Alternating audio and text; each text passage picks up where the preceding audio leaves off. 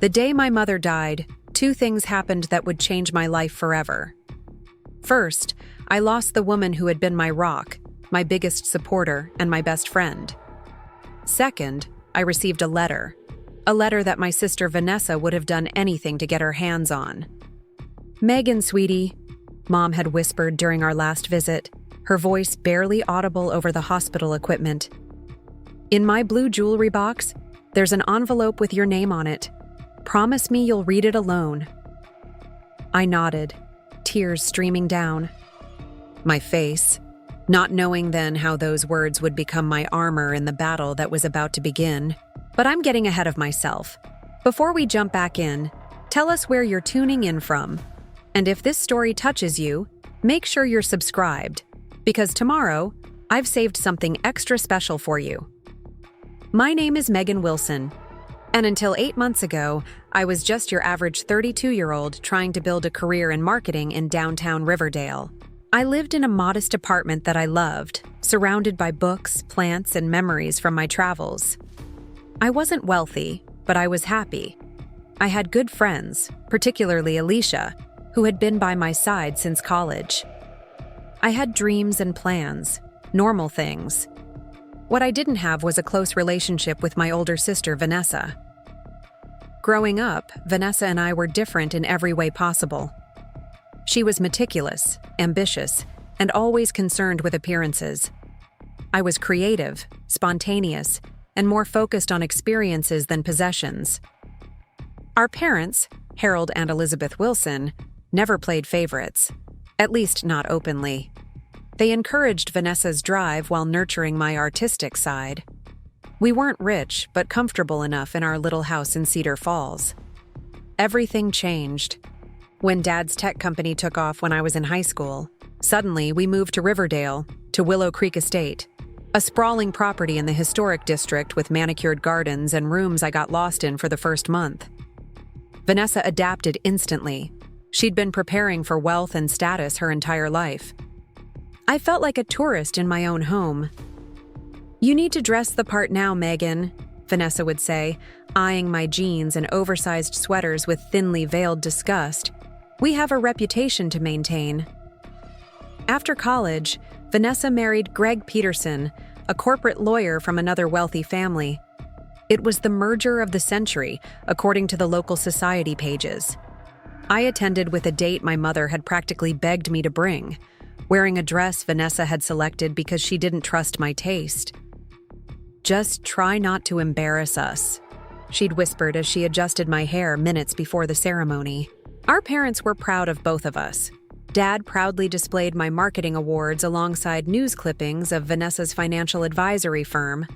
But as they aged, it became clear who had positioned herself as the responsible one. When Dad was diagnosed with early-onset Alzheimer's 3 years ago, Vanessa stepped in immediately. She arranged his care, organized his medications, and most importantly, started managing their estate. "It just makes sense," she told me over coffee one day, not really asking for my input.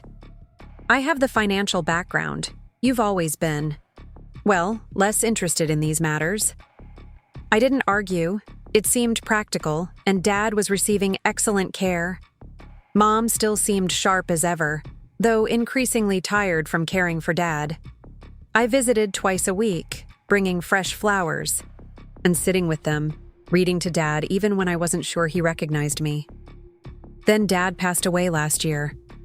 The funeral was elaborate, Vanessa's doing, with hundreds of people I barely recognized offering condolences. Mom seemed to shrink afterward, becoming quieter, more thoughtful. She would look at me sometimes with an expression I couldn't quite read. "Megan," she said to me 2 months after the funeral, "promise me you'll always stand up for yourself even when it's hard." I didn't understand what she meant then. I do now. After Dad died, Vanessa initiated what she called estate planning meetings at Willow Creek. These monthly gatherings ostensibly focused on managing Mom's affairs and the family estate. The first time, I was invited. I sat awkwardly at the massive dining table while Vanessa's husband Greg and their financial advisor friend Trent discussed trusts, investments, and tax strategies. Mom sat quietly, nodding occasionally. "Don't worry about understanding everything," Vanessa told me afterward, patting my hand condescendingly. "We'll handle the complicated parts." The second month, I received a text an hour before the meeting. "No need for you to come today, Meg. Just boring paperwork. Mom's tired anyway." By the third month, the meetings were simply happening without me. When I asked Mom about them during our regular visits, she would become evasive, changing the subject to my work or asking about Alicia. "Your sister knows what she's doing," Mom would say. "She's so much like your father in that way." I tried to ignore the sting of exclusion. I told myself that Vanessa was simply better equipped to handle these matters. I had my career, my friends, my life, but something felt wrong. 6 months after Dad's death, Mom was diagnosed with stage 4 pancreatic cancer. The prognosis was grim. Months, not years. Vanessa immediately took charge, arranging home health care, organizing schedules, and, most notably, keeping me at arm's length from decisions. "Mom needs consistency now," she explained when I questioned why the nurse wouldn't let me stay, past 8 in the evening. "We have a schedule, Megan. It's what's best for her."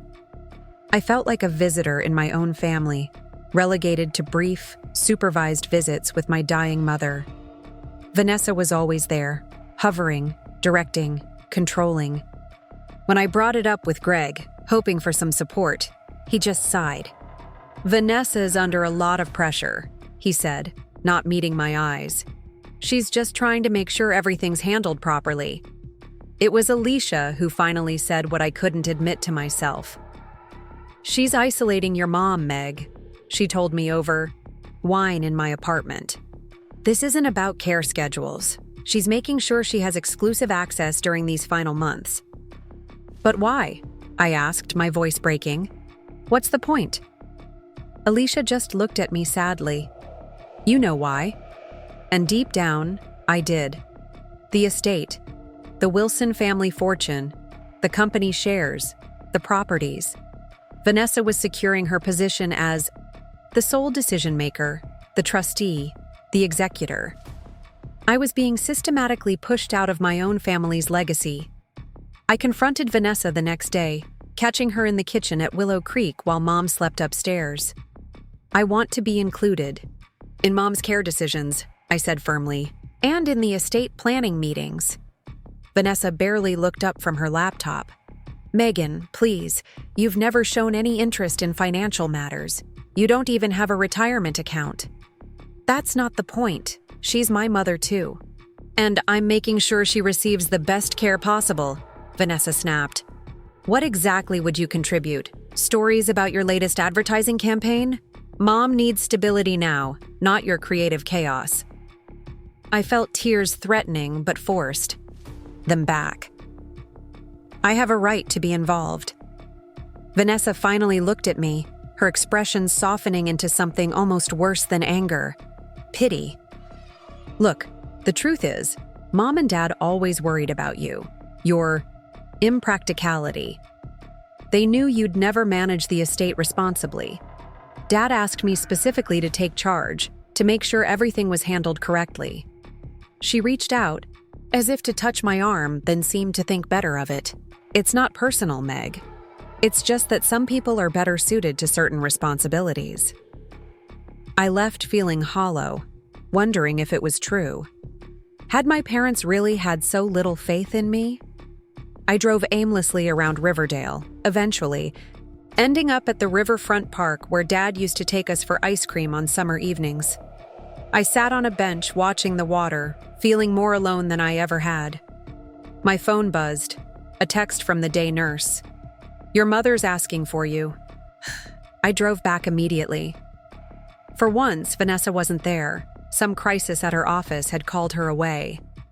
The nurse, Maria, led me upstairs with a sympathetic smile. "She's been waiting for you," Maria said quietly. "She's having a good day, but don't tire her." Mom was propped up against her pillows, looking frailer than she had just days before. But her eyes, Those were still the same eyes that had watched me take my first steps, had beamed with pride at my graduations, had always seen the best in me. "There you are," she said, her voice thin but warm. "I was beginning to think Vanessa had banished you." I tried to laugh, but it caught in my throat. "Come closer," she said, patting the bed beside her. As I sat, she took my hand. Her skin felt like paper. "I need to tell you something important." "Mom, you should rest." "No," she interrupted with surprising firmness. "I need to say this while I'm clear-headed." She took a labored breath. "Your sister means well, but she's always feared losing control. When you were little, she would organize your toys while you were sleeping." Despite everything, I smiled at the image. "Megan, I know what Vanessa's been doing. The meetings, the documents, the way she's been managing things." Mom's fingers tightened around mine. "She thinks I don't understand, that I'm too grief-stricken or medicated to see clearly. But I see everything." "Mom, Listen to me," she continued. "In my blue jewelry box, the one your father gave me on our 20th anniversary, there's an envelope with your name on it. Promise me you'll read it alone." Preparing and narrating this story took us a lot of time, so if you are enjoying it, subscribe to our channel. It means a lot to us. Now back to the story. I nodded, confused but sensing the importance of this moment. "Don't tell Vanessa," Mom added, her eyes darting to the door. "Not until after. Not until you're ready." "Ready for what?" I whispered. Mom just smiled faintly. "To stand up. For yourself, like I told you to." Her eyes drifted closed. "I'm tired now, sweetheart." I sat with her until she fell asleep, my mind racing. What was in the envelope? Why the secrecy? Maria poked her head in. "Your sister just called? She's on her way back." I kissed Mom's forehead and left, the conversation replaying in my mind. I wanted to go straight to the jewelry box, but Vanessa would be arriving any minute, and I couldn't risk her catching me. Whatever Mom wanted me to find, it was clear that Vanessa wasn't supposed to know about it. 3 days later, Mom took a turn for the worse. I rushed to Willow Creek to find Vanessa already there, conferring with doctors in hushed tones in the hallway. "They're making her comfortable," she told me, her eyes red-rimmed but her voice steady. "It could be hours or days."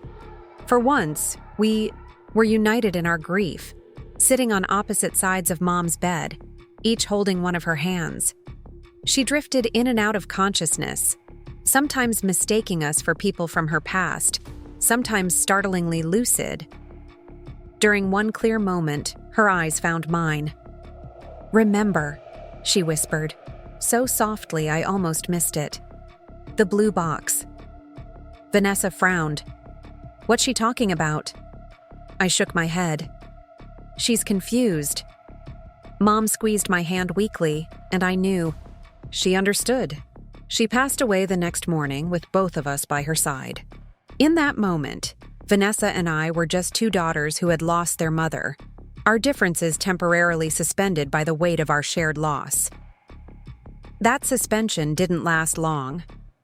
At the funeral, Vanessa was the perfect grieving daughter, dignified, gracious, accepting condolences with just the right balance of strength and vulnerability. I stood beside her, feeling awkward and out of place in the black dress she had selected for me.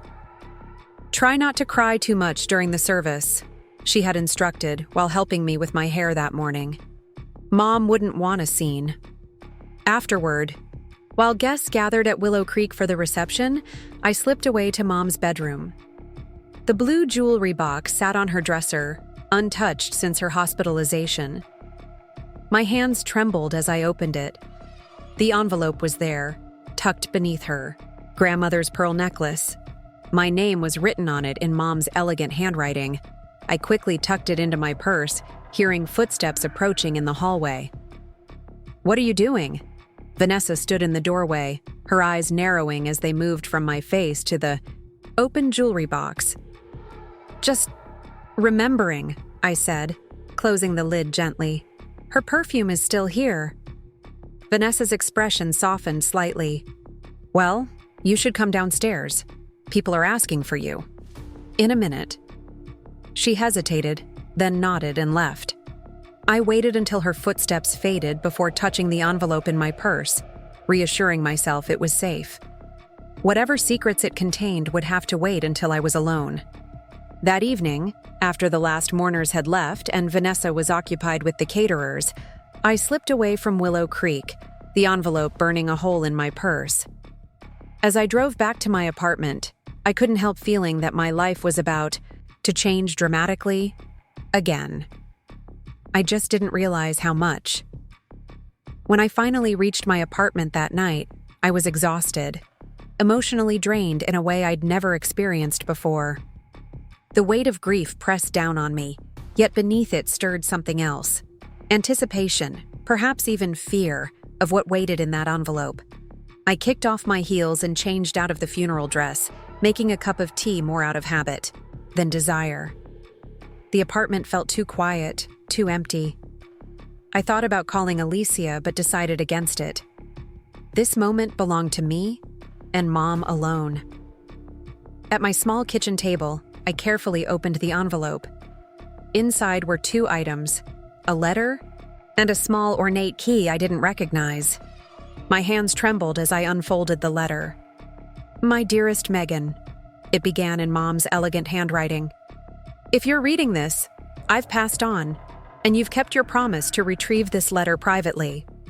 What I'm about to share will likely shock you, but please understand that every decision I made was with love. For both my daughters. I took a deep breath and continued reading. Your father and I always tried to be fair to both you and Vanessa, though your different personalities often required different approaches. What your sister never understood was that being different from her wasn't a failure on your part. Your creativity, your compassion, your ability to find joy in simple things. These are gifts, not flaws. In recent years, I've watched with growing concern as Vanessa has positioned herself as the sole authority on family matters. While your father's illness progressed, she convinced him to sign documents giving her substantial control over our estate. I don't believe he fully understood what he was signing at that point. I signed as well, partly to keep peace, and partly because I had a plan. The truth is, Megan, your father and I never intended for Vanessa to control everything. We always meant for our legacy to be shared equally between our daughters.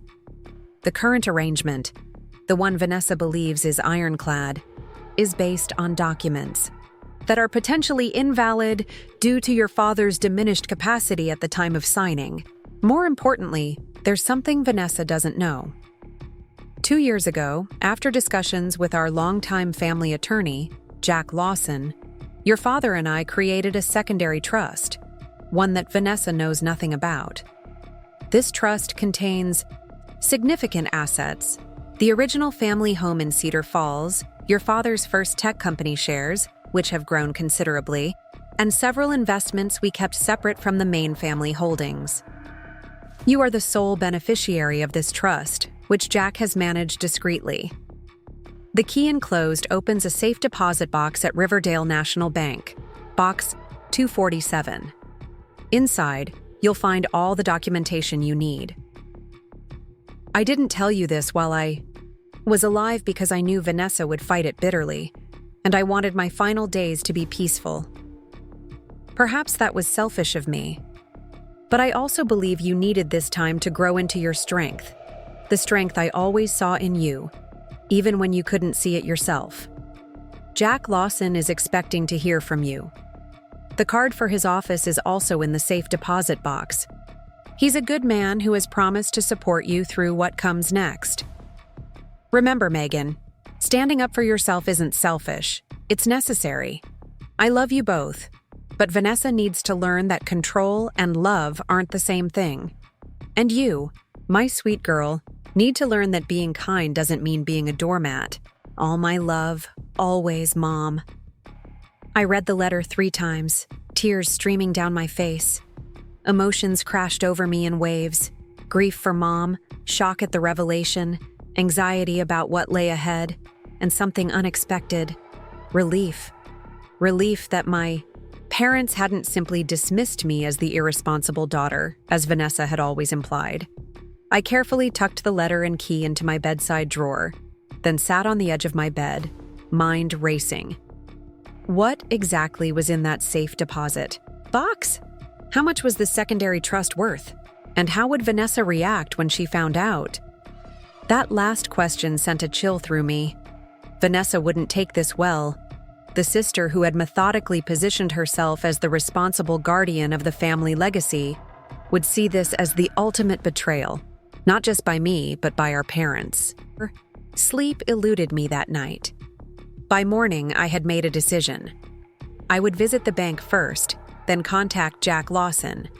I needed to understand exactly what I was dealing with before confronting Vanessa.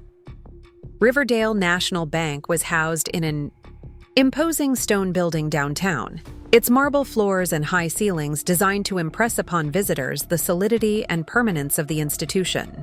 I approached the service desk with what I hoped was confidence.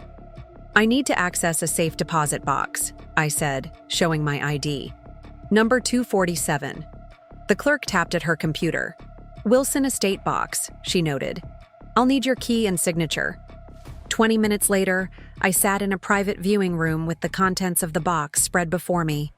There was a thick folder of legal documents, stock certificates, property deeds, and, as promised, Jack Lawson's business card. A handwritten note from Mom was paperclipped to the front of the folder.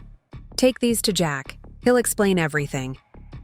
I gathered everything back into the folder and left the bank, dialing Jack's number from my car. "Lawson and Associates," a receptionist answered. "My name is Megan Wilson," I said, suddenly nervous. "I need to speak with Jack Lawson. It's regarding my mother's estate." There was a pause. "One moment, Ms. Wilson." The line clicked, and an older male voice came on. "Megan, this is Jack Lawson. I've been expecting your call." "My mother left me a letter," I began, unsure how much to say over the phone. "Yes," he replied simply. "Can you come to my office today? This isn't a conversation for the telephone." We arranged to meet at 3 that afternoon. I spent the intervening hours at a cafe near his office, trying to gather my thoughts while guarding the folder like it contained state secrets.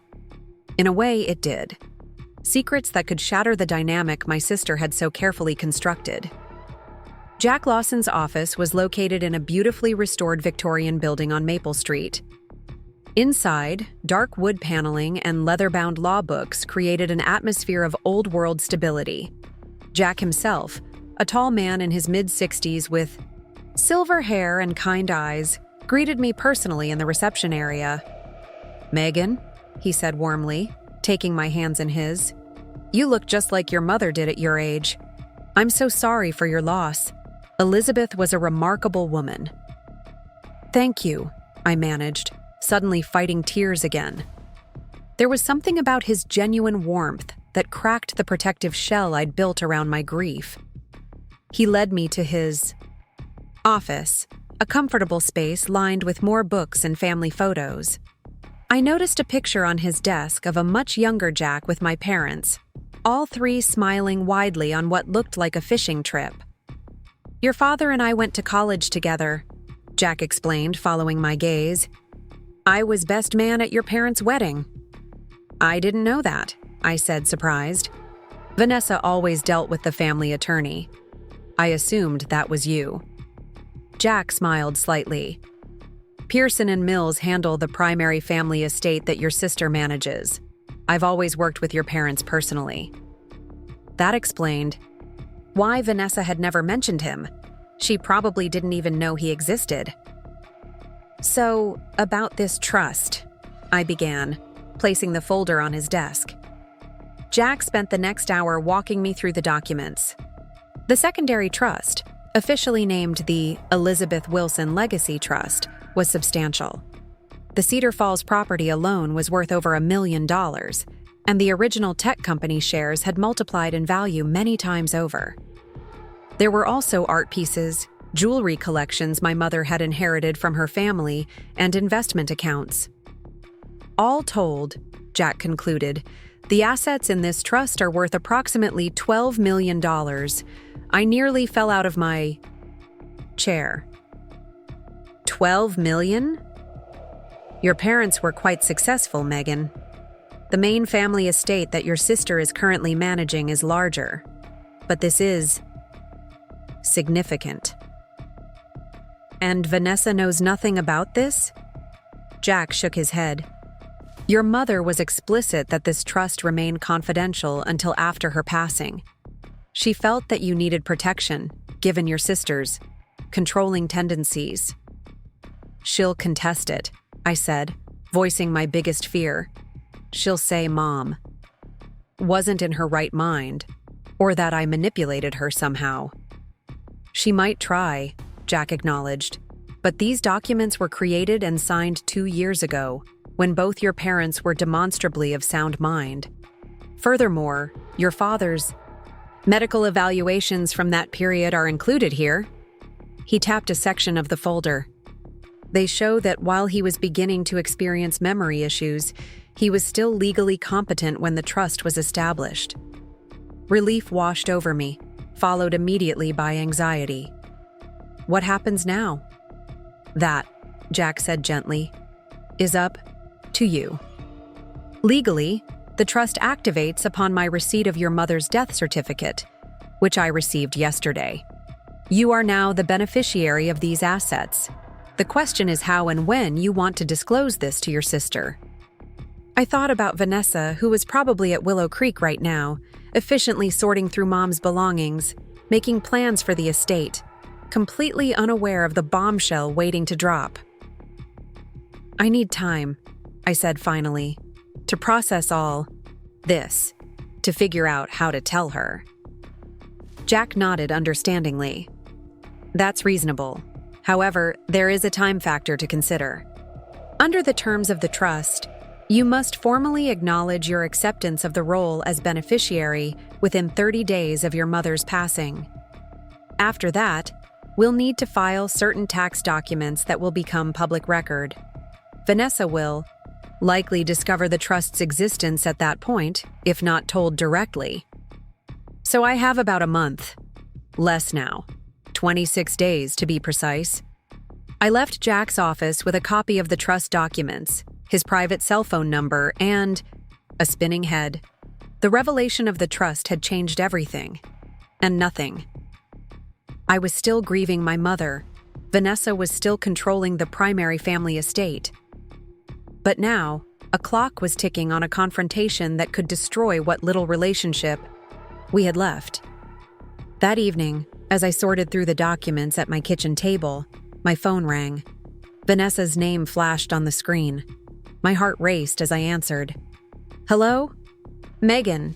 Vanessa's voice was brisk, businesslike. I need you to come to Willow Creek tomorrow morning. We're meeting with the estate attorneys to go over Mom's will and the distribution of personal effects. My grip tightened on the phone. What time? 10 sharp. Try not to be late. These attorneys bill by the hour. I'll be there, I said, fighting to keep my voice neutral. Good. She paused. Wear something appropriate, black or navy. Before I could respond, she'd hung up. I stared. At the phone, then at the trust documents spread across my table. Tomorrow, I would sit in a meeting where Vanessa would outline how she intended to distribute our parents' estate, while I sat on the secret knowledge that a significant portion of that estate wasn't hers to distribute at all. I called Alicia. Meg, how are you holding up? Her voice was warm with concern. I need advice, I said, then spent the next 20 minutes explaining everything. Mom's letter, the trust, the impending meeting with Vanessa. When I finished, Alicia was quiet for a moment. That's... wow. I know. What are you going to do? I sighed. That's what I'm calling you about. Part of me wants to walk into that meeting tomorrow and slap those trust documents down in front of Vanessa and her attorneys. Another part of me is terrified of confronting her at all. Those both sound like terrible ideas, Alicia said bluntly. The first would be unnecessarily dramatic and probably counterproductive. The second isn't an option. You'll have to tell her eventually. So what do I do? Go to the meeting. Listen. Learn what Vanessa's plans are. Don't reveal anything about the trust yet. Get all the information you can first. It's like in marketing. You need to understand the competition before you launch your campaign. Her practical approach steadied me. You're right. I usually am, she said, and I could hear the smile in her voice. Want me to come over? We could open some wine, go through those documents together. Thanks, but I think I need to do this part alone. I glanced at the folder. I need to really understand what Mom and Dad set up for me. Okay, but call me tomorrow after the meeting. I want a full report. The next morning, I arrived at Willow Creek exactly at 10, wearing a charcoal gray dress that even Vanessa couldn't criticize. She answered the door herself, looking immaculate in a black pantsuit that probably cost more than my monthly rent. You're on time, she said, sounding mildly surprised. Good. Everyone's in the study. I followed her through the familiar hallways of our family home, noticing small changes already. Photographs rearranged. Mom's favorite reading chair moved from its usual spot. Vanessa was already erasing Mom's presence, reshaping Willow Creek into her own image. The study was occupied by 3 people: Greg, Vanessa's husband, and 2 attorneys from Pearson & Mills, a middle-aged woman and an older man, both in expensive suits. Notably absent was Jack Lawson or any mention of his firm. This is Miranda Pearson and Robert Mills, Vanessa introduced them. They've handled our family's legal affairs for years. I nodded politely, noting her careful use of our family, while simultaneously excluding me from the relationship with the attorneys. Let's begin, Vanessa said, taking the power position behind Dad's desk. The attorneys sat on one side of the room, Greg beside them. I took a chair slightly apart from the group, feeling like an observer rather than a participant. For the next hour, Miranda Pearson detailed the structure of the Wilson family estate, the main house, the vacation property in Colorado, the company shares, investment accounts, and various other assets. The total value made even the trust Jack had outlined seem modest by comparison. Throughout the presentation, Vanessa nodded knowingly, occasionally clarifying points or answering questions. She was clearly familiar with every detail. Finally, Robert Mills opened a folder and cleared his throat. Now, regarding the distribution of assets following Elizabeth Wilson's passing. As established in the revised will dated 18 months ago, Vanessa Peterson is named executor of the estate and trustee of the Wilson Family Trust. I noticed the timing, 18 months ago. Dad's Alzheimer's would have been progressing by then. I wondered, as Mom had, how much he had truly understood of what he was signing. Mills continued. The bulk of the estate will remain in the Wilson Family Trust, managed by Mrs. Peterson for the benefit of both Wilson daughters, with discretionary authority granted to Mrs. Peterson regarding distributions. Discretionary authority. The words sent a chill through me. Essentially, Vanessa would control everything, deciding if and when I received anything from our parents' estate. As if reading my thoughts, Vanessa glanced at me. Don't worry, Megan. I'll make sure. You receive appropriate distributions for your needs. The condescension in her tone made my cheeks burn. Appropriate distributions. Like an allowance for a child who couldn't be trusted with money. There are some specific bequests, Mills continued. Ms. Megan Wilson receives her mother's personal jewelry collection, her artwork and books, and a monetary gift of $500,000 to be distributed immediately upon settlement of the estate. $500,000. It was a substantial amount by any normal standard, but a pittance compared to the overall estate. And the items, Mom's jewelry, art, and books, were precisely the sentimental, non-financial assets Vanessa wouldn't value anyway. The remainder of the estate, Mills concluded, continues in trust, managed by Mrs. Peterson. The meeting wrapped up with discussions about probate timelines and paperwork. Throughout, I remained quiet, taking in everything while revealing nothing. When the attorneys departed, Vanessa turned to me with an expression of benevolent superiority. "I know this is a lot to take in," she said, "but I want you to know that I'll handle everything. You don't need to worry about any of the details." "That's very considerate," I managed. "The $500,000 will be available in a few months," she continued. "I'd be happy to help you set up a proper investment strategy. Maybe even buy a small house instead of continuing to rent." I bit my tongue. "I'll think about it." She smiled tightly. "Good. Now, if you'd like to look through Mom's personal things, I've started organizing them in the guest bedroom. Whatever jewelry you want to keep, just let me know. I'm having the valuable pieces appraised first, of course." "Of course," I echoed, wondering if she realized how transparent her control was. The valuable pieces would likely never make it to that guest bedroom. As I prepared to leave, Vanessa stopped me at the door. "Oh, one more thing. I'm hosting a small gathering here next weekend. Just close friends and some business associates. A sort of memorial for Mom, but also moving forward, you know? You're welcome to attend." The invitation was so clearly an afterthought that I almost laughed.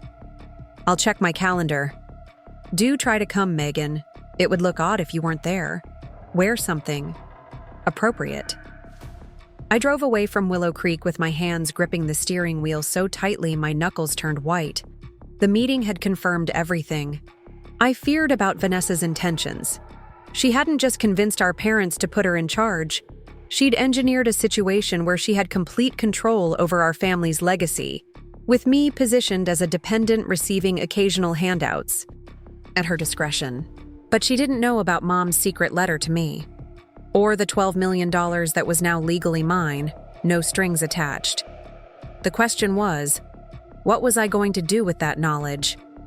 As I drove away from Willow Creek, my phone rang. It was Jack Lawson. "Megan? How did the meeting go?" I pulled into a coffee shop parking lot to talk. Exactly as you might expect, Vanessa has positioned herself as the sole decision-maker. The will they presented gives her discretionary authority over distributions from the main family trust. "That's concerning," Jack said, his voice grave, "but not surprising. She's allocated me a cash payment of $500,000 and Mom's personal effects, jewelry, books, artwork." $500,000, Jack repeated. "That's a fraction of your rightful share." I know. I watched people coming and going from the coffee shop, lives continuing normally while mine felt completely upended. What I don't understand is why Mom and Dad did this. Created two separate trusts, one controlled by Vanessa, one by me. Why not just split everything evenly from the beginning? Jack was quiet for a moment. "I think that's a conversation better had in person. Are you free for dinner tonight?" That evening, I met Jack at River's Edge, an upscale restaurant overlooking the Riverdale waterfront. It was the kind of place my parents used to go for anniversary dinners. Elegant but not showy, with dark wood paneling and soft lighting. Jack was already seated at a corner table when I arrived.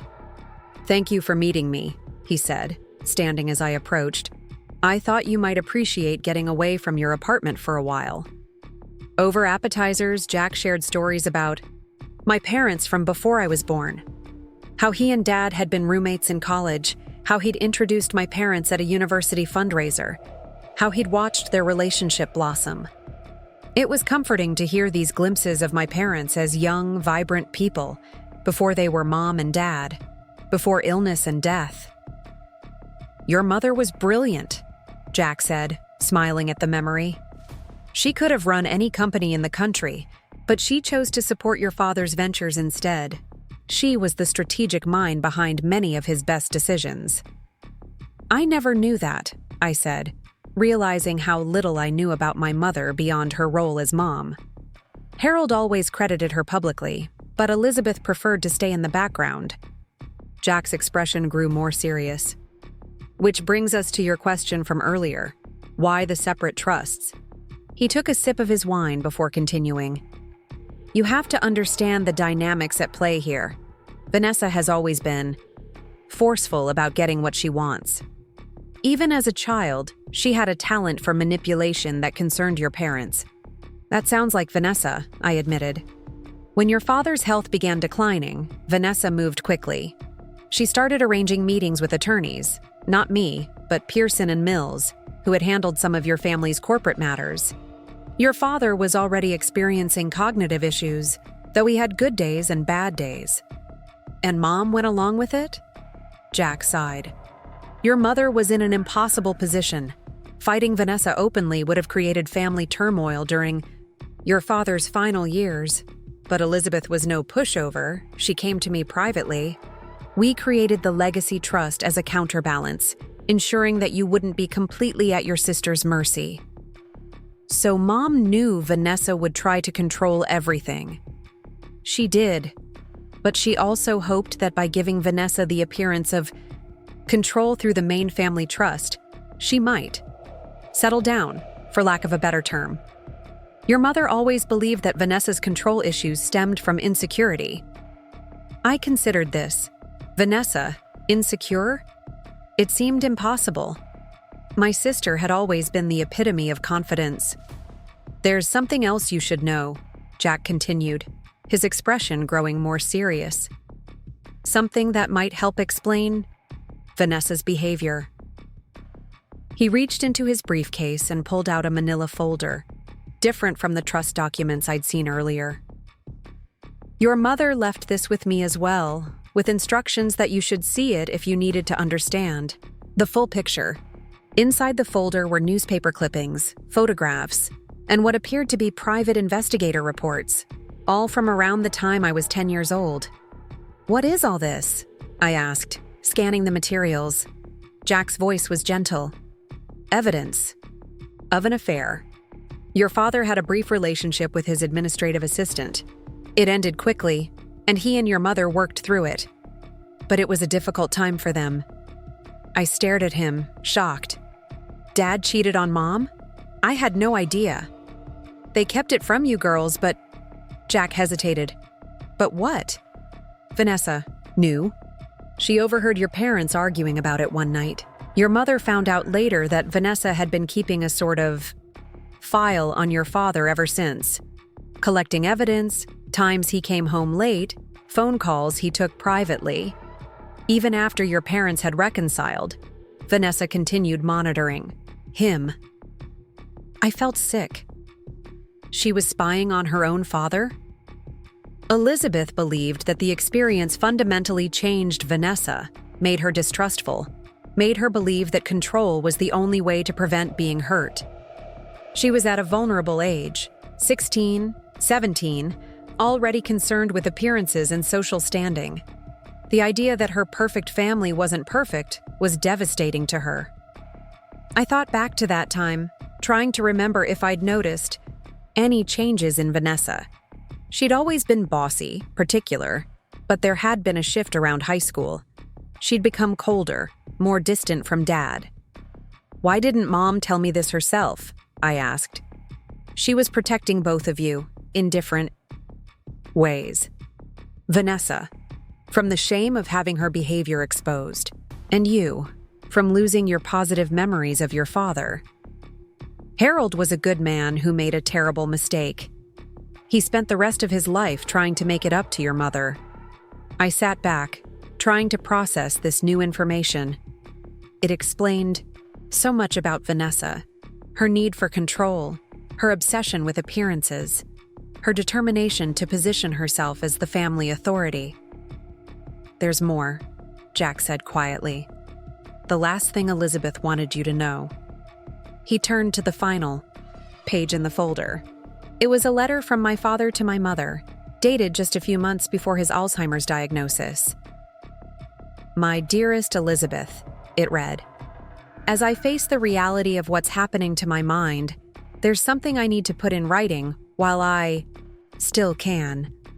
I've watched Vanessa's influence over our family finances grow, and while I admire her business acumen, I fear she doesn't have the compassion that should guide these decisions. I worry for Megan, who has always been too kind to fight for herself. I've agreed to Vanessa's proposals because I believe it's buying us peace in my final lucid years. But I want you to know that this isn't what I truly want. When the time comes, please make sure Megan is protected. She deserves her fair share, not just what Vanessa deems appropriate. I trust you to find a way to ensure this happens. My greatest regret is that my failings as a husband and father have cast such a long shadow over our family. All my love, Harold. Tears ran down my face as I read my father's words. He knew, I whispered. He knew what Vanessa was doing, even then. Jack nodded solemnly. Harold was always more perceptive than people gave him credit for. Even as his memory began failing, his understanding of people, especially his daughters, remained intact. I wiped my eyes, a new determination forming within me. So what do I do now? Walk away with my secret trust and let Vanessa continue controlling everything else? That's one option, Jack acknowledged. The legacy trust gives you financial independence. You could simply accept the $500,000 from the main estate, take your mother's personal effects, and live your life separately from Vanessa. And the rest of my parents' legacy? Just let her control it all? Jack studied me for a moment. There is another possibility. The documents Vanessa had your father sign during his cognitive decline might be vulnerable to challenge. You mean contest the will? Sue my own sister? Not necessarily. Sometimes just the credible threat of legal action is enough to bring someone to the negotiation table. He leaned forward. Megan, I'm not advocating for any particular course of action. I'm simply laying out your options. This is your decision. We finished dinner with lighter conversation, but my mind was racing with everything I'd learned. As Jack walked me to my car, he paused. There's one more thing, he said. Your mother's jewelry collection, the pieces Vanessa said you'll receive. There's something important there. A gold locket with a small diamond on the front. Elizabeth specifically mentioned that you should look inside it. Inside the locket? He nodded. That's all she said. Just that you should make sure to get it and look inside. That night, I barely slept. The revelations about my father's affair, Vanessa's surveillance, my parents' careful planning to protect me. It was overwhelming. By morning, I'd made a decision. I needed to see that locket. I texted Vanessa. Coming by Willow Creek today to look through Mom's jewelry. Around 10? Her response came quickly. Fine. I'll have Greta let you in. I have appointments all day. Typical Vanessa.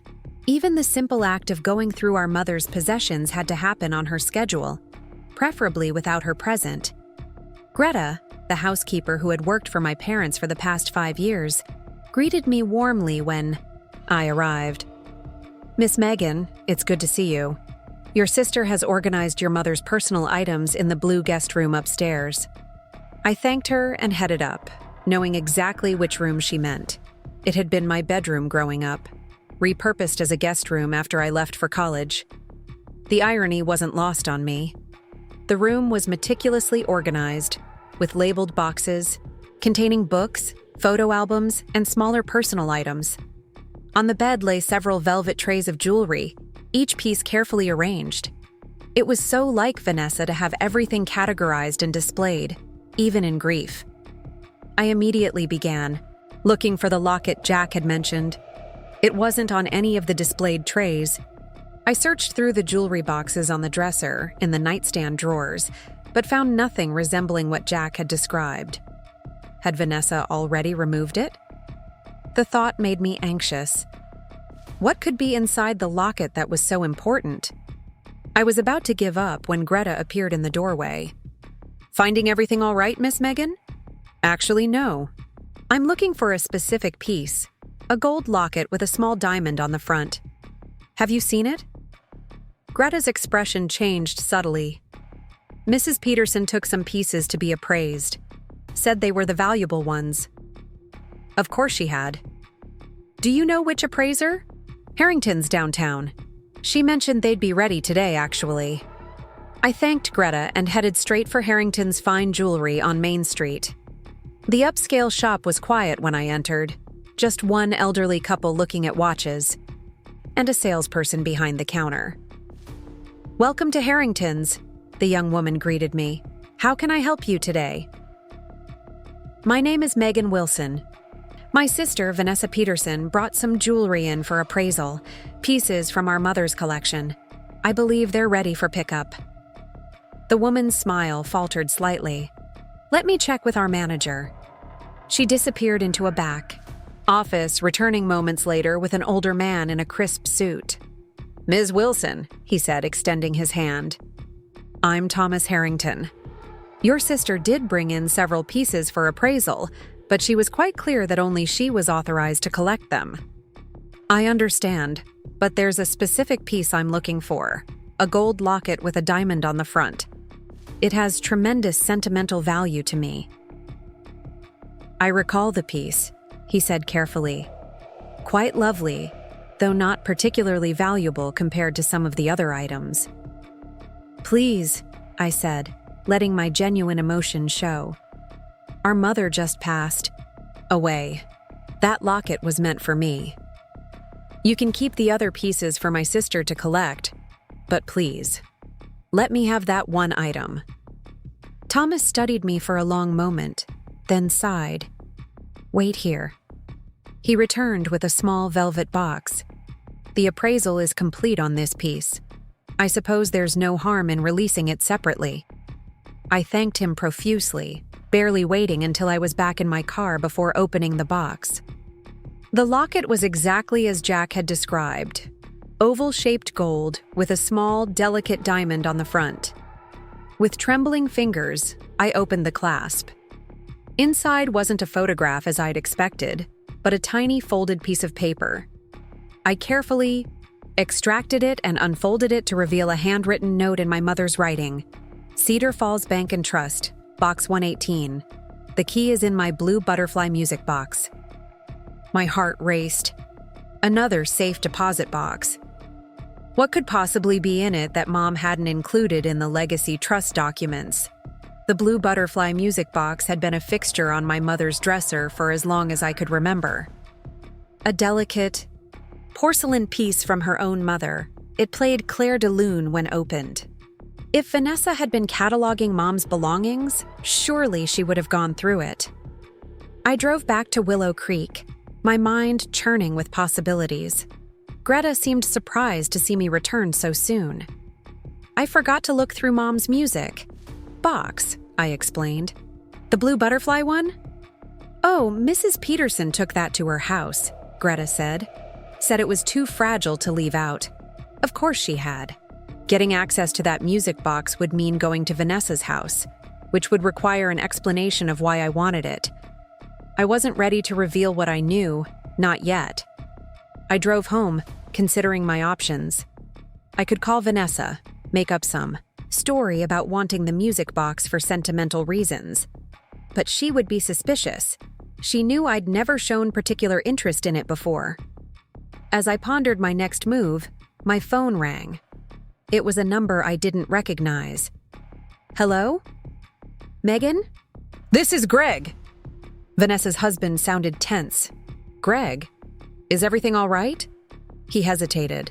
Not exactly. Vanessa's. Well, she's not herself since your mother passed. I'm worried about her. This was unexpected. Greg and I had never been close, and he'd always been firmly in Vanessa's corner. I'm sorry to hear that, I said cautiously, but I'm not sure what I can do. She's become obsessed with cataloging and controlling every aspect of your parents' estate. She barely sleeps. Last night, I found her at 3 a.m, going through your mother's things, making lists, calling attorneys. That sounds like Vanessa being Vanessa, I said, though I was concerned despite myself. Greg sighed heavily. It's more than that. It's like she's possessed. She keeps saying she has to secure everything before. He trailed off. Before what? Before you try to take it. His voice dropped. Megan, she's convinced you're plotting something. She hired a private investigator to follow you. I nearly dropped the phone. She what? I know. It's extreme. That's why I'm calling. This isn't healthy for her or for your relationship. As sisters. Whatever is happening between you two, can't you just talk about it? The irony of Greg suggesting we just talk while his wife had me under surveillance wasn't lost on me. Greg, I appreciate your concern, but this is complicated. Vanessa has systematically positioned herself to control our parents' entire estate, while relegating me to the sidelines. Now you're telling me she's having me followed? That's not someone who wants to just talk. She's afraid, Greg said simply. I've never seen her like this. When she found out you went to Harrington's today, she was beside herself. So Vanessa already knew I'd collected the locket. I glanced at my purse where it now resided. Look, I need to ask you something, I said, making a split-second decision. Mom's blue butterfly music box. It's at your house? Greg sounded confused. Yes, it's in Vanessa's study. Why? It's important to me. Sentimentally. Could I come get it? It was a long shot, but worth trying. There was a long pause. Vanessa's at a dinner meeting with clients tonight. She won't be home until late. So I could stop by? Another pause. I shouldn't be doing this, but yes, come at 8. Greg's call left me shaken, but determined. If Vanessa had hired someone to follow me, I needed to be extremely careful. Whatever was in that safe deposit box at Cedar Falls Bank and Trust, Vanessa was clearly willing to go to extreme lengths to prevent me from finding it. At precisely 8 that evening, I arrived at Vanessa and Greg's impressive Tudor-style home in Riverdale's most exclusive neighborhood. Greg opened the door before I could knock, looking nervously over his shoulder as if expecting Vanessa to materialize at any moment. Come in quickly, he said, ushering me into the foyer. Vanessa's meeting should run until at least 10, but she sometimes wraps up early. He led me to Vanessa's study, a perfectly appointed room with built-in bookshelves, a massive desk, and artwork that probably cost more than my car. The blue butterfly music box sat prominently on a display shelf. That's it, I said, moving toward it. Greg watched as I carefully lifted the delicate box. What's so special about this piece? Vanessa said it was just a family heirloom. It is, I said, opening the lid. The familiar melody of Clair de Lune filled the room as I examined the interior. The inside was lined with faded blue velvet, with small compartments for rings and other tiny jewelry pieces. At first glance, there was no key visible. I carefully felt along the edges, looking for any hidden mechanism or compartment. What exactly are you looking for? Greg asked, watching me closely. Mom left something for me, I said vaguely, not wanting to reveal too much. After several minutes of careful examination, I was starting to worry. Had Vanessa already found the key? Then I noticed that the velvet lining the bottom of the box seemed slightly uneven. I pressed gently along the edges until I felt a small click, and the bottom panel lifted to reveal a hidden compartment. There it was, a small brass key with an engraved tag reading CFB&T 118. Found it, I whispered, carefully removing the key. What is that? Greg asked, leaning closer. Before I could answer, we heard the front door open. Greg's face went pale. She's home early, he hissed. Quick, through the back.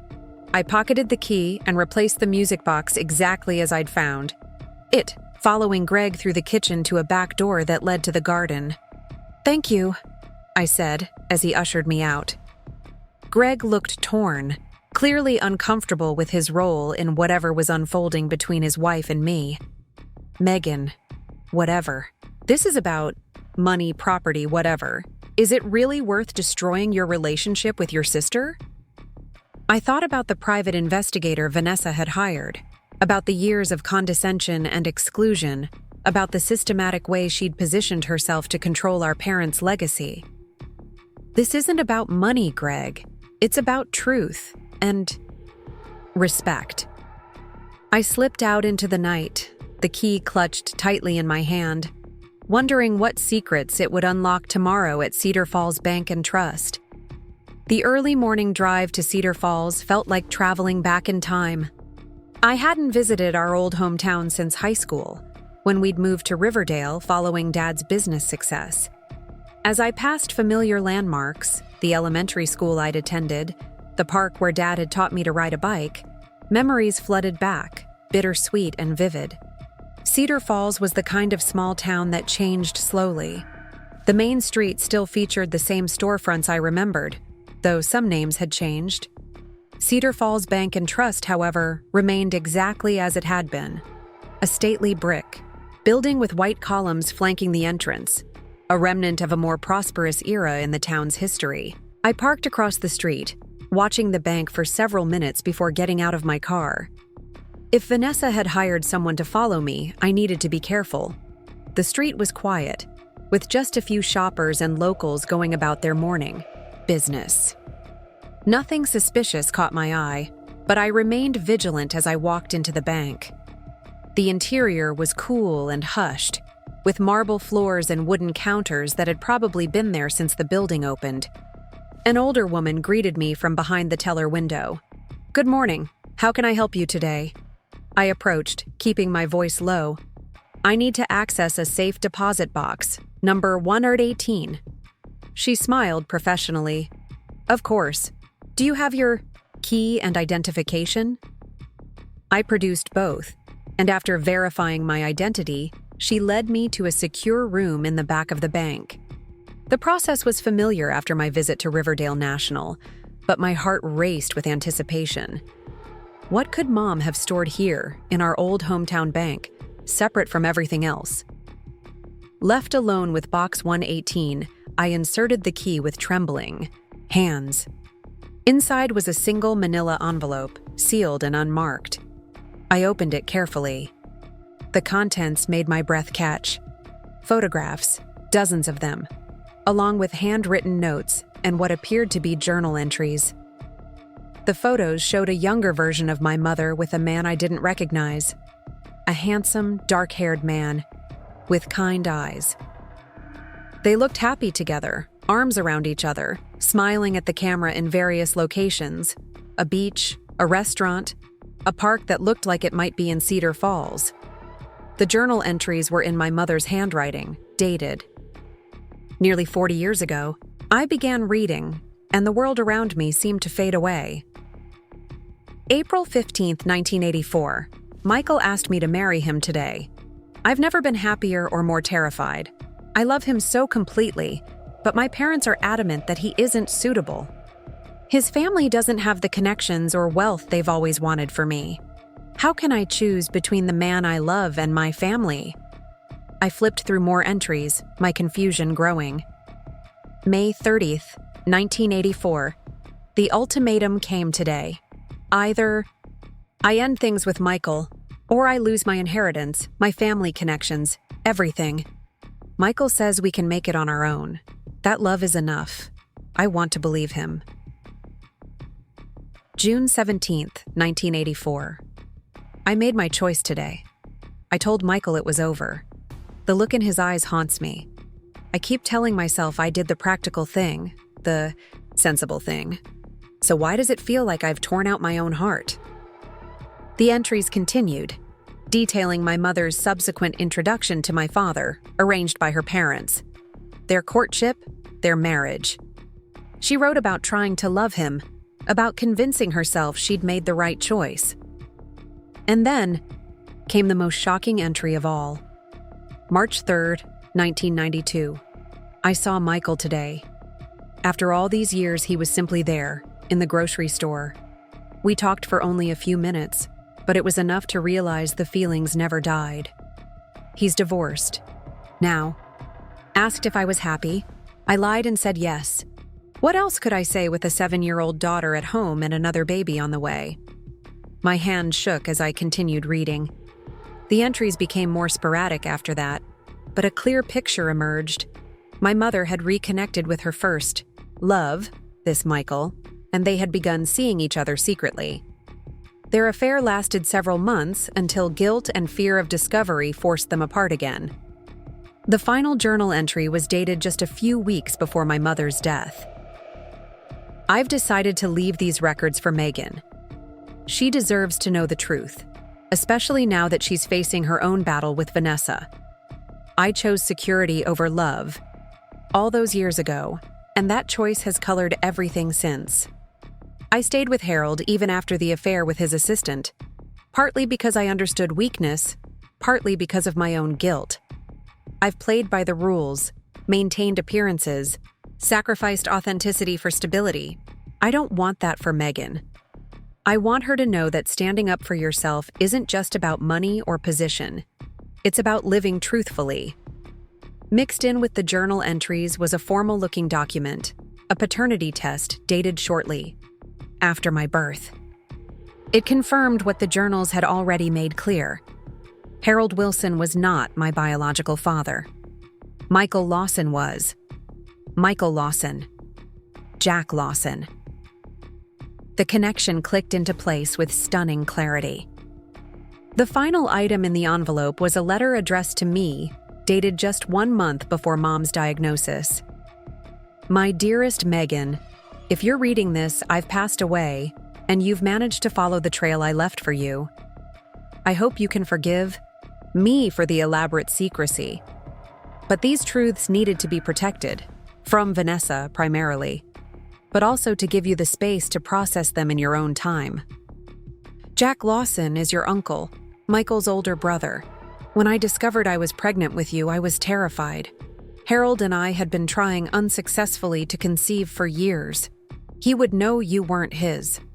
Michael wanted me to leave Harold, to start a new life with him, but I couldn't bear the scandal, the judgment, the loss of everything I'd built my identity around. Jack helped us navigate the impossible situation. He suggested the timing could work. Harold had been away on business, but not long enough to make it impossible. I told Harold I was pregnant, and he was overjoyed, never questioning that you were his daughter. Michael respected my decision, as painful as it was. He moved away from Cedar Falls shortly after you were born. Jack remained as a connection between us, providing Michael with updates and photos of you throughout your life. Though it may be hard to believe, everything I did was out of love, misguided. Perhaps entangled with fear and convention, but love nonetheless. Vanessa isn't your full sister, she's your half-sister. I believe on some level, she has always sensed the truth, sensed the difference in how Harold and I related to each of you. It may explain some of her jealousy, her competitive nature with you. Harold never knew the truth. His affair years later was a cruel irony that nearly broke me, but Jack helped me through that period too. Jack has been the one constant, honorable presence through all the deceptions. Michael passed away 5 years ago. Cancer, swift, and merciless.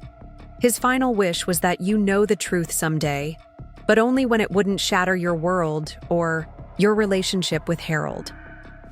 Now that both Michael and Harold are gone, the truth can finally come to light. The legacy trust I established for you contains Michael's inheritance as well. He left everything to you, his only child. I know this is an enormous burden of truth to place on you. Please know that Harold loved you completely. In every way that matters, he was your father. And I have loved you with every fiber of my being, through all my flaws and failures. Whatever you choose to do with this information, whether you share it with Vanessa or keep it private, is entirely your decision. I only ask that you live more truthfully than I did. All my love. Always, Mom. I sat in the bank's private viewing room for what felt like hours, trying to absorb the magnitude of what I'd learned. Jack Lawson was my uncle, My biological father wasn't Harold Wilson, but Michael Lawson. My entire identity, my understanding of my family, had been built on a foundation of secrets and half-truths. Eventually, I gathered the documents, carefully returning them to the envelope. I needed to talk to Jack, now my Uncle Jack. But first, I needed time to process, to decide what this meant for my confrontation with Vanessa. As I exited the bank, lost in thought, I nearly collided with a man entering. I mumbled an apology and continued to my car, not registering the encounter until I was halfway there. Something about the man seemed familiar. Not his face, but his bearing, the way he moved. I turned back, but he had already disappeared into the bank. I drove back to Riverdale in a daze, stopping at a roadside diner to gather my thoughts and call Jack. When he answered, I cut straight to the point. "Why didn't you tell me you're my uncle?" The silence on the other end lasted several seconds. Finally, Jack sighed deeply. "You found the box in Cedar Falls." "I did. I wanted to tell you, Megan, so many times over the years, but it wasn't my secret alone to share. We need to talk, in person. Of course, my house, not the office. Do you still have the address?" An hour later, I sat in Jack's living room, a space I'd never seen before despite our recent meetings. It was warm and lived in, with bookshelves lining the walls and family photographs displayed prominently. One photo in particular caught my eye. A younger Jack with the man from my mother's photographs. Michael, my biological father. "He would have loved to know you," Jack said, following my gaze. "Michael was extraordinary, principled, compassionate, creative, much like you." Why the elaborate setup? The secret trust? The locket? The key? Why not just tell me everything directly? Jack settled into an armchair across from me. "Elizabeth was concerned about timing. She wanted you to have a chance to grieve Harold properly, to process one loss before dealing with these revelations. And she was worried about Vanessa's reaction." Vanessa. I'd almost forgotten about my sister in the shock of these discoveries. How will she react to learning we're only half siblings? That's something only you can decide, whether to tell her at all. I considered this. The knowledge gave me leverage, certainly, but using it felt wrong somehow. Too personal, too potentially devastating. "The legacy trust," I said, changing direction. "It includes Michael's inheritance?" Jack nodded. "Yes. He did well for himself after leaving Cedar Falls, built a successful architectural firm in Chicago. When he was diagnosed with terminal cancer, he updated his will to leave everything to you through Elizabeth. I helped them structure it so the funds could be added to the trust without raising questions." I rubbed my temples, feeling a headache building. "So what now?" "I have the legacy trust. I know the truth about my parentage, but Vanessa still controls the main family estate through potentially questionable documents." Jack leaned forward. "That brings us to a critical decision point. Vanessa's event at Willow Creek is tomorrow evening, correct?" I nodded. The small gathering she'd mentioned, though knowing Vanessa, small probably meant 50 of Riverdale's most influential residents. "You have 3 basic options," Jack continued. "First, you could simply walk away with your legacy trust assets and avoid further conflict. Second, you could privately confront Vanessa, using the threat of challenging the will to negotiate a more equitable distribution of the main estate. Or third, I could make a public stand," I finished for him. "Yes. Attending the event, with me beside you as your attorney and newly discovered uncle, would send a clear message that you're prepared to fight for your rightful share." I considered each option carefully. Walking away was tempting. I'd die, have financial security through the legacy trust, and I could avoid the messy, painful confrontation with Vanessa. But it would mean abandoning half of my parents' legacy, accepting Vanessa's manipulation and control. Private negotiation seemed reasonable, but I knew my sister. She would see it as weakness, another opportunity to manipulate and dominate. She would delay, deflect, promise changes that would never materialize. That left the public approach, attending tomorrow's gathering with Jack, signaling my intention to challenge Vanessa's control. It was bold, potentially destructive, but it might be the only language Vanessa would understand. I'll go to the event, I decided, but I need to be smart about this. Vanessa thrives on controlling the narrative. If I'm going to challenge her, I need to be prepared for her counterattack. Jack nodded approvingly. Wise.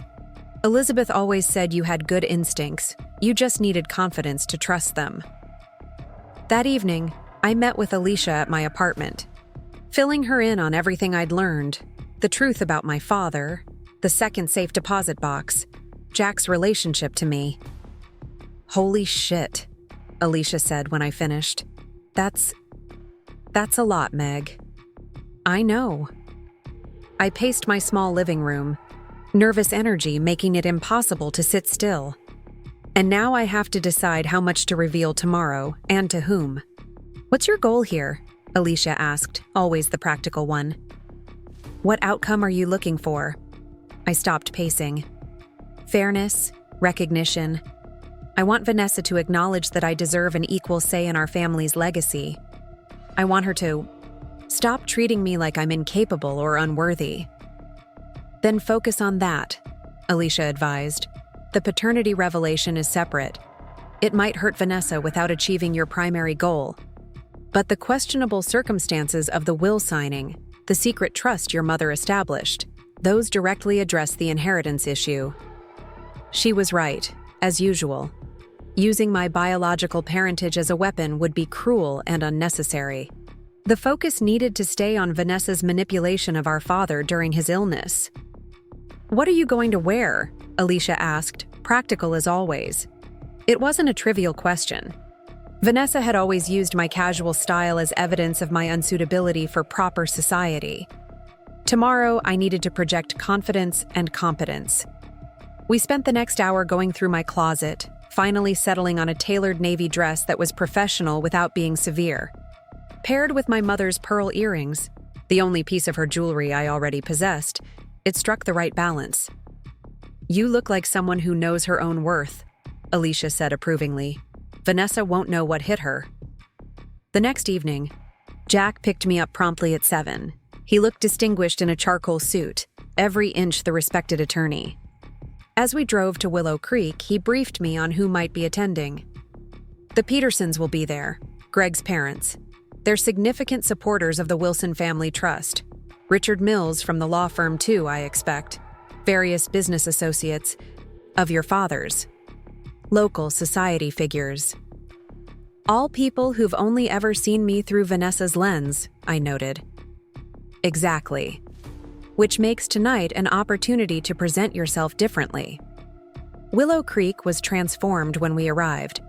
Soft lighting illuminated the gardens, and servers in black tie circulated with champagne and hors d'oeuvres. Vanessa had spared no expense. This was far more than the small gathering she'd described. We paused at the entrance to the back garden, where about 40 guests mingled on the stone patio and manicured lawn. I took a deep breath, feeling Jack's reassuring presence beside me. Ready? He asked. As I'll ever be. Our entrance didn't create the immediate stir I'd feared. We accepted champagne from a passing server and began circulating, Jack occasionally greeting people he knew. I spotted Greg across the garden, deep in conversation with an older couple who were likely his parents. He glanced our way, did a double take upon seeing Jack, then quickly looked away. Megan. Vanessa's voice came from behind me, perfectly modulated to convey surprise without creating a scene. I didn't realize you were bringing a guest. I turned to face my sister. She looked flawless in a black cocktail dress, her hair and makeup impeccable as always. Vanessa, you remember Jack Lawson, Mom and Dad's attorney? Her smile froze slightly. "Mr. Lawson, I wasn't aware you were invited." "I asked him to join me," I said smoothly. Given his long history with our family, it seemed appropriate. Vanessa's eyes narrowed almost imperceptibly. "How nice. I'm sure you'll both enjoy the evening. If you'll excuse me, I need to greet the Hendersons." She moved away with practiced grace, but I could see the tension in her shoulders. She was already recalculating, trying to determine what Jack's presence might mean. "First blood to you," Jack murmured. "She's rattled." We continued mingling, and I made a point of introducing myself confidently to people who had only known me peripherally through Vanessa. Many seemed surprised by my poise and articulate conversation, a stark contrast to the flighty, impractical character Vanessa had always painted me to be. About an hour into the event, Vanessa clinked her glass for attention. The guests gathered around as she positioned herself on the patio steps, the perfect backdrop for her moment in the spotlight. "Thank you all for coming tonight," she began. "It means so much to have our dearest friends and family gathered to honor my mother's memory." I noted the possessive, "my mother," not "our mother." As many of you know, these past months have been challenging for our family. Losing both parents within a year is a burden I wouldn't wish on anyone. Sympathetic murmurs rippled through the crowd. But, as my father always taught me, with great loss comes great responsibility. The Wilson legacy is one of business excellence, community leadership, and family values. As I take on the responsibility of shepherding that legacy, I'm deeply grateful for the trust my parents placed in me. My grip tightened on my champagne glass. Vanessa was using this memorial to cement her position as the sole steward of our parents' legacy. It was masterfully done. Who would question her authority? At an event ostensibly honoring our mother? "In the coming months," Vanessa continued, "I'll be establishing the Wilson Family Foundation, dedicated to continuing my parents' philanthropic work. The foundation's first initiative will be a scholarship program at Riverdale University's business school, named for my father." More approving murmurs and nods. I glanced at Jack, who gave me a subtle nod. It was time. I stepped forward, positioning myself where the gathered guests could see me clearly. "That sounds wonderful, Vanessa. I'd love to be involved in developing the foundation's programs." A flash of annoyance crossed Vanessa's face before her public smile reasserted itself. "Of course, Megan. We can discuss potential involvement later." "Actually," I said, my voice clear and carrying across the patio, "as an equal beneficiary of our parents' estate, I think it's important that we make these decisions together, from the beginning." A subtle tension fell over the gathering. Vanessa's smile tightened. "As I was saying, the foundation will focus initially on business education, reflecting our father's values and expertise. I wasn't going to let her sidestep me. While business was certainly important to Dad, Mom's passion was arts education. I think the foundation should honor both their legacies equally, don't you?" Vanessa's eyes flashed warning. "Megan, perhaps this isn't the appropriate venue." "I disagree," I said, keeping my tone pleasant but firm. What better place to discuss honoring our parents' wishes than among the people who knew them best? In fact, I'd like to introduce someone who knew them very well. This is Jack Lawson, who was not only our parents' attorney for decades, but also Dad's college roommate and best man at their wedding. Murmurs of interest moved through the crowd as Jack stepped forward with a gracious nod. "Many of you may not be aware," I continued, "but Jack has been managing a trust established by our parents specifically to ensure that both their daughters would have equal say in the family legacy." The murmurs grew louder. Vanessa's face had gone rigid, her knuckles white around her champagne glass. "Megan," she said, voice low and dangerous, "this is hardly the time. Jack has been instrumental in helping me understand our parents' true wishes," I pressed on, "including their desire that their legacy be shared equally between both their daughters." Vanessa moved swiftly to my side, gripping my arm with painful pressure while maintaining her social smile. "If you'll all excuse us for a moment, my sister and I need to have a quick private conversation." She practically dragged me inside to our father's study, slamming the door behind us. "What the hell do you think you're doing?" she hissed, dropping all pretense of composure. "Stating facts," I replied calmly. "Mom and Dad wanted us to share their legacy equally. You've gone to extraordinary lengths to prevent that from happening. You have no idea what you're talking about. I have the will. I have the trust documents." "Documents signed while Dad was suffering from Alzheimer's," I interrupted. "Documents that a court might find very interesting, especially given his medical records from that period." Vanessa's face paled. "You wouldn't dare contest the will. The scandal would tarnish the family name forever." "The family name? Or your carefully constructed image?" She began pacing, her composure cracking. "You've never cared about the business, the social responsibilities, any of it. You've been content to live in your little apartment, play at your marketing job."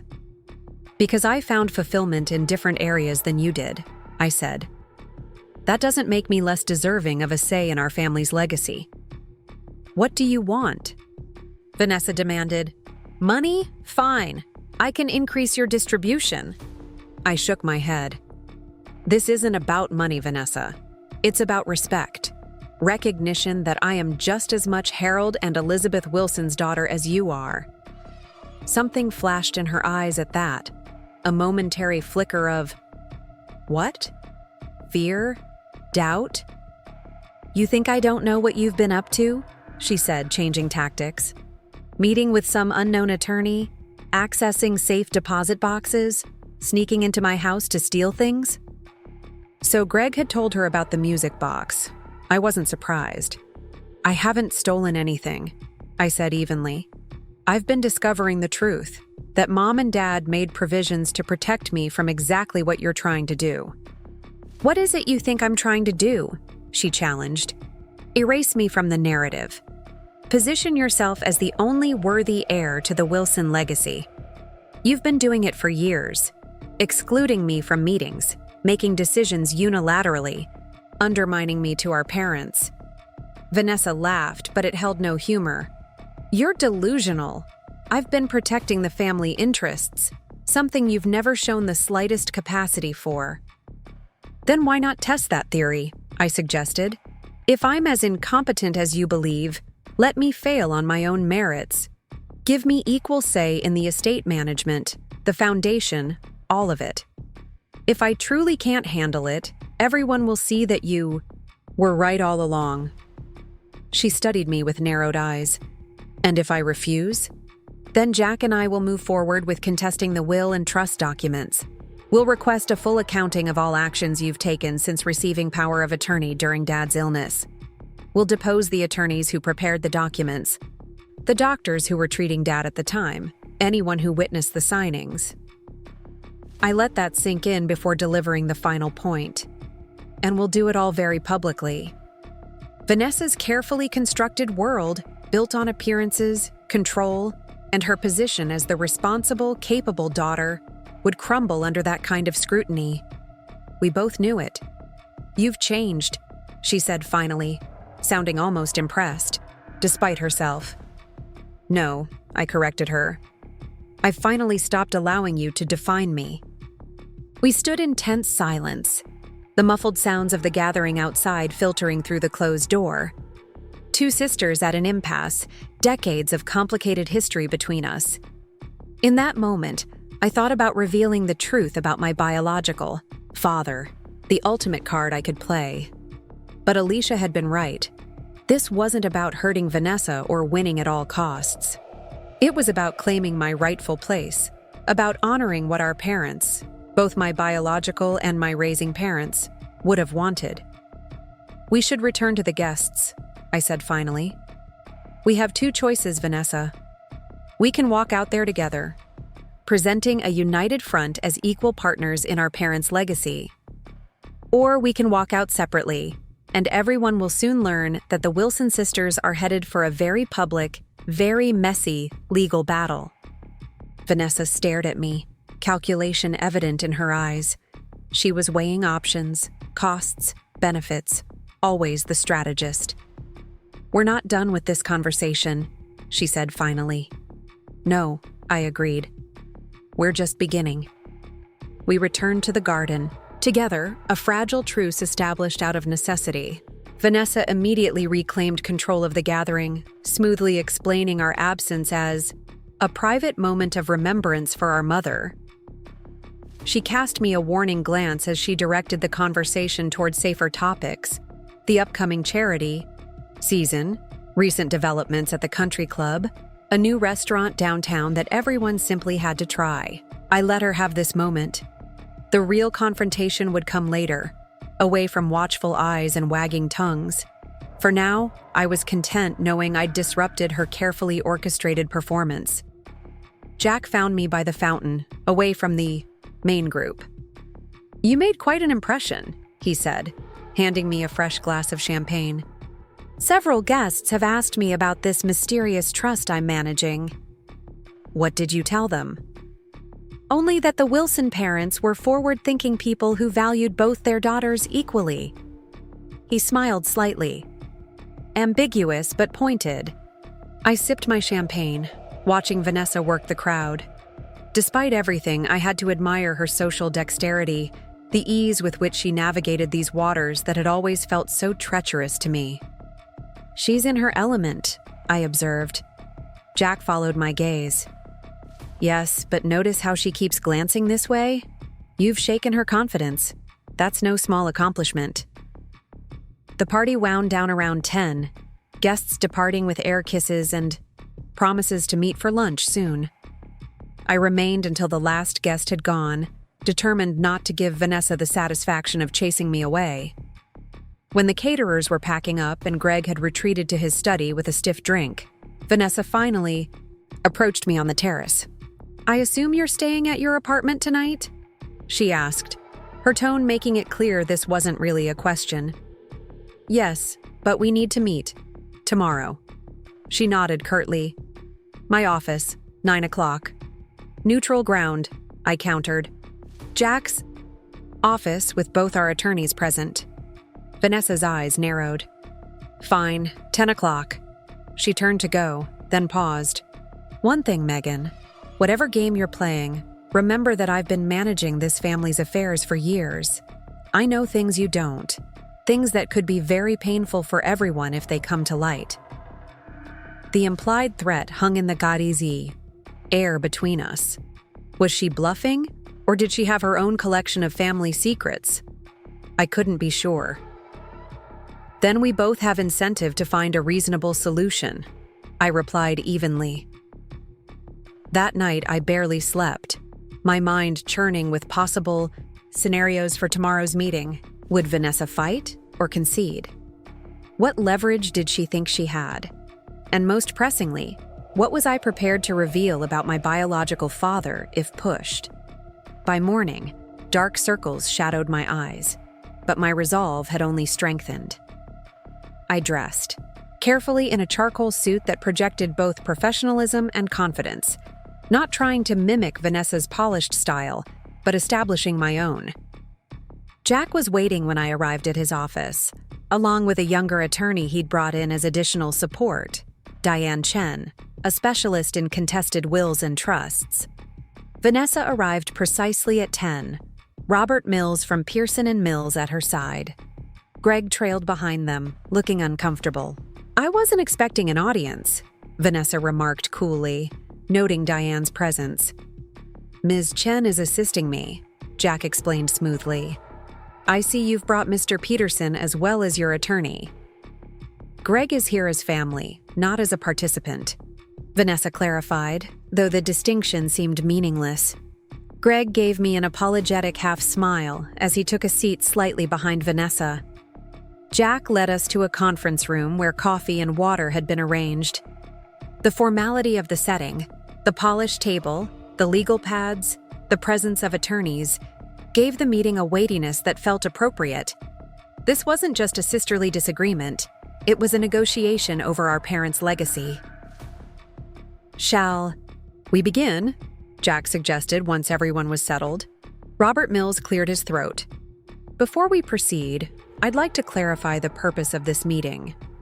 Ms. Wilson has made certain insinuations about the validity of legal documents that my firm prepared and that were duly executed by Harold and Elizabeth Wilson. If this meeting is a prelude to litigation, I should advise my client accordingly. No one has threatened litigation, Jack responded calmly. We're here to discuss an equitable resolution that honors the Wilson parents' wishes for both their daughters. Their wishes are clearly spelled out in the documents we prepared, Mills insisted. Documents signed while Harold Wilson was suffering from Alzheimer's, Diane Chen interjected, speaking for the first time. We have his medical records from that period, which show significant cognitive impairment. Mills bristled. Mr. Wilson was evaluated by his physicians and deemed competent to make financial decisions at the time of signing. By Dr. Lawrence Green, Jack noted, who, coincidentally, serves on the board of Vanessa's charity foundation and has received substantial donations from the Wilson family over the years. A potential conflict of interest that might interest the medical licensing board. I watched Vanessa carefully during this exchange. Her face remained impassive, but her fingers tapped a subtle, nervous rhythm on the table. She was too smart not to have considered these vulnerabilities, which made me wonder, why had she agreed to this meeting at all? Why not simply dismiss my claims and dare me to take legal action? After several minutes of legal posturing between Mills and Jack, Vanessa raised a hand. This isn't productive. Megan, why don't you clearly state what you want, and we can determine if there's a path forward that doesn't involve dragging our family's name through public litigation? Direct and to the point. Classic Vanessa. I leaned forward. I want what our parents intended. Equal say in the family legacy. That means co-trusteeship of the Wilson Family Trust, equal decision-making authority in the foundation you're establishing, and transparent accounting of all estate assets. Vanessa folded her hands on the table. That's a significant departure from the current arrangement. An arrangement based on documents signed when Dad was already exhibiting symptoms of Alzheimer's, I reminded her. Documents you orchestrated. I orchestrated nothing, Vanessa said sharply. I stepped up when our family needed leadership. You positioned yourself as the only responsible option, and you know it, I countered.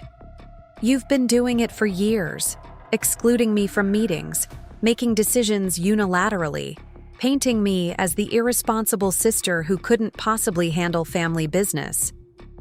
Vanessa's gaze didn't waver. I excluded you from discussions. You showed no interest in. I made decisions because someone had to. And as for your characterization, have you considered that if multiple people perceive you a certain way, there might be some truth to it? Multiple people? Or just those in your carefully curated circle? I challenged. Like Dr. Green, who magically determined Dad was competent to sign documents that gave you control. Or Pearson and Mills, who've handled Willow Creek's legal matters since you married Greg, whose family has been their client for generations. Mills shifted uncomfortably. Greg studied his hands. Vanessa remained composed, but I could see the calculation happening behind her eyes. She was reassessing me, perhaps realizing for the first time that I wasn't the pushover she'd always assumed. Let's be practical, Vanessa said finally. Even if I were to consider some adjustment to the current arrangement, there are serious questions about your ability to manage complex financial matters. The Wilson holdings include real estate, investment portfolios, business interests, none of which you have experience managing. It was a pivot from denial to condescension, a sign she was at least considering compromise, but on her terms. I don't need experience managing them personally, I replied. That's what financial advisors are for. I need the right to help make decisions about our family's legacy. There's a difference between hiring expertise and surrendering control. Jack nodded appreciatively at this distinction. Even Greg looked up, something like respect flickering across his face. Vanessa pressed on. And the foundation? You have no background in nonprofit management, no connections in the philanthropic community. I have perspectives that complement yours, I interrupted. You understand business. I understand marketing, communications, connecting with people. The foundation would benefit from both our strengths. A heavy silence fell over the room. The path was clear. Vanessa could fight me, risk a public, messy legal battle that would expose our father's diminished capacity, her manipulation, and potentially other family secrets. Or she could compromise, maintaining her dignity and public image while ceding some control. What I didn't expect was what came next. I'd like to speak with my sister privately, Vanessa announced suddenly. Mills looked startled. Mrs. Peterson, I strongly advise against— It's fine, Robert, she said firmly. Megan and I need to have a conversation that doesn't require attorneys. Jack glanced at me questioningly. I nodded. We'll use your office if that's all right. Once alone in Jack's office, Vanessa didn't immediately speak. Instead, she walked to the window, looking out at Riverdale's downtown skyline. When she finally turned to face me, her expression had softened into something I rarely saw: vulnerability. Do you remember when we were kids, before Dad's company took off? She asked unexpectedly. The change in direction caught me off guard. Of course. Our house in Cedar Falls, the tire swing in the backyard. You were always Dad's favorite, she said quietly.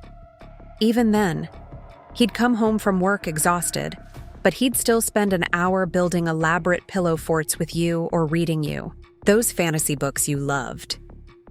I started to protest, but she held up a hand.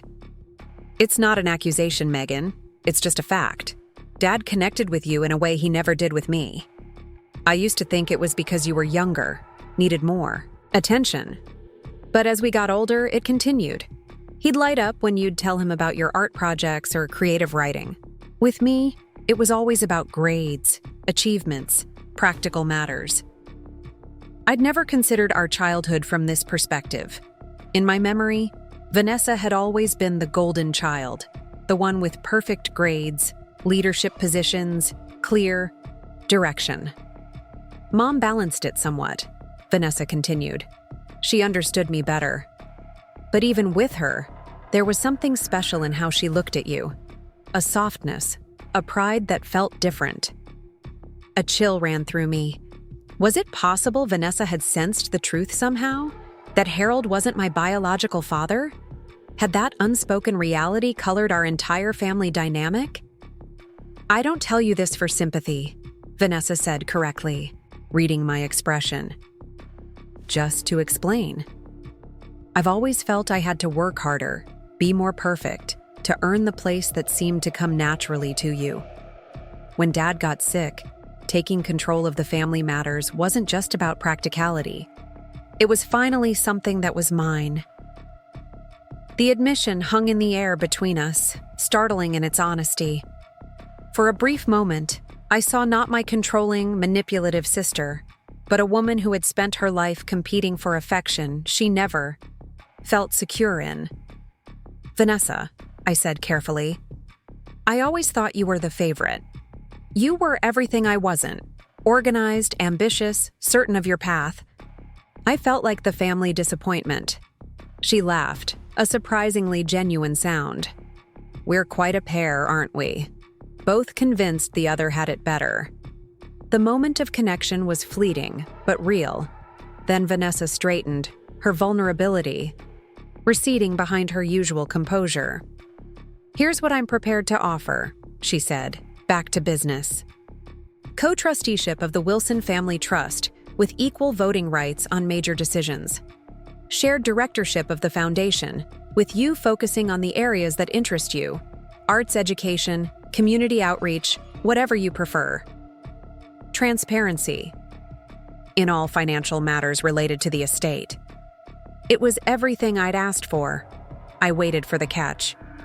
In exchange, she continued, we present a united front to the community.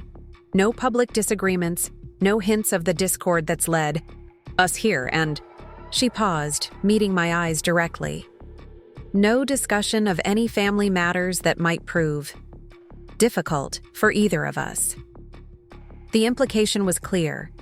She suspected I knew something damaging, whether about my parentage or something else, and was offering this compromise partly to keep it buried. "Do you know?" I asked directly. "About Michael Lawson?" A flicker of surprise crossed her face. Clearly, she hadn't expected me to be so forthright. "I suspected something," she admitted. "Mom had a box of old photographs she kept locked. I found the key once, years ago, saw pictures of her with a man I didn't recognize. But I never knew who he was or what it meant." "He was my biological father," I said simply. "Mom had an affair before I was born. Dad never knew." Vanessa absorbed this quietly, showing neither shock nor triumph. "And Jack Lawson?" "Michael's brother, my uncle." She nodded slowly, piecing together the connections. "That explains a great deal." "I wasn't planning to use this information against you," I assured her. "It doesn't change anything about how I feel about Dad, Harold. He raised me, loved me. He was my father in every way that matters." "I believe you," Vanessa said, surprising me again, "and I'm sorry for suggesting I might use family secrets as leverage. It was beneath me." We stood in silence for a moment, two women reevaluating decades of complex family dynamics in light of new understanding. "So we have a deal?" I finally asked. "We do," Vanessa confirmed. "But there's one more thing I'd like to discuss." She reached into her handbag and withdrew a small velvet box. Opening it, she revealed a ring I recognized instantly. Our grandmother's emerald, which Mom had always worn on special occasions. "Mom left instructions with me," Vanessa explained. "The jewelry was to be divided between us, but this piece specifically was meant for you. She said it suited your coloring better." The gesture, Vanessa voluntarily sharing something she could have easily kept, felt symbolic, a small but meaningful step toward a new relationship between us. "Thank you," I said sincerely, accepting the box. When we rejoined the attorneys, the tension in the room had noticeably shifted. Jack observed us carefully, clearly trying to read what had transpired in his office. "Megan and I have reached an agreement," Vanessa announced. "We'll need you to prepare the appropriate documents for co-trusteeship and shared foundation directorship." Mills looked surprised but recovered quickly. "Of course, Mrs. Peterson. We can begin drafting immediately." "Actually," Vanessa said, "I think we'd prefer that Mr. Lawson oversee the document preparation, given his long history with our family. Pearson and Mills can review, of course." It was an olive branch, acknowledging Jack's legitimate role in our family's affairs. He accepted with a gracious nod. "There's one more thing," I added. "We'd like to rename the foundation. Rather than the Wilson Family Foundation, we propose the Harold and Elizabeth Wilson Foundation, to clearly honor both our parents equally." Vanessa smiled slightly. "Agreed." The weeks that followed were a whirlwind of legal meetings, document signings, and careful restructuring of the family holdings. Throughout the process, Vanessa and I maintained our agreement to present a united front publicly while working through our differences privately. It wasn't always smooth. We had fundamentally different approaches to decision-making, and years of resentment couldn't be erased overnight. But there was progress. Small moments of genuine cooperation amid the inevitable friction. The Harold and Elizabeth Wilson Foundation launched with a gala event at Riverdale's Art Museum. I took the lead on the arts education initiative, while Vanessa managed the business scholarship program. In my welcome speech, I made sure to acknowledge Vanessa's leadership and vision, a public affirmation of our new partnership that I knew she appreciated. "You're good at this," she remarked afterward, as we greeted donors together. The personal touch, making people feel connected to the cause. I can see why Mom thought we'd complement each other. It was as close to a compliment as Vanessa got, and I accepted it graciously. 3 months after our confrontation at Jack's office, I invited Vanessa to my apartment for dinner, something that would have been unthinkable before. I'd moved to a larger place, using some of the legacy trust funds to purchase a condo downtown, with a spare bedroom I'd converted into an office for foundation work. "Nice space," Vanessa commented, looking around with genuine interest. "The exposed brick is charming." We shared a bottle of wine and takeout from our childhood favorite Chinese restaurant. The conversation remained mostly on safe topics: foundation, business, Riverdale gossip, memories of Mom's terrible cooking attempts. As the evening wound down, Vanessa grew more contemplative. "Do you ever wonder if Mom knew we'd end up here?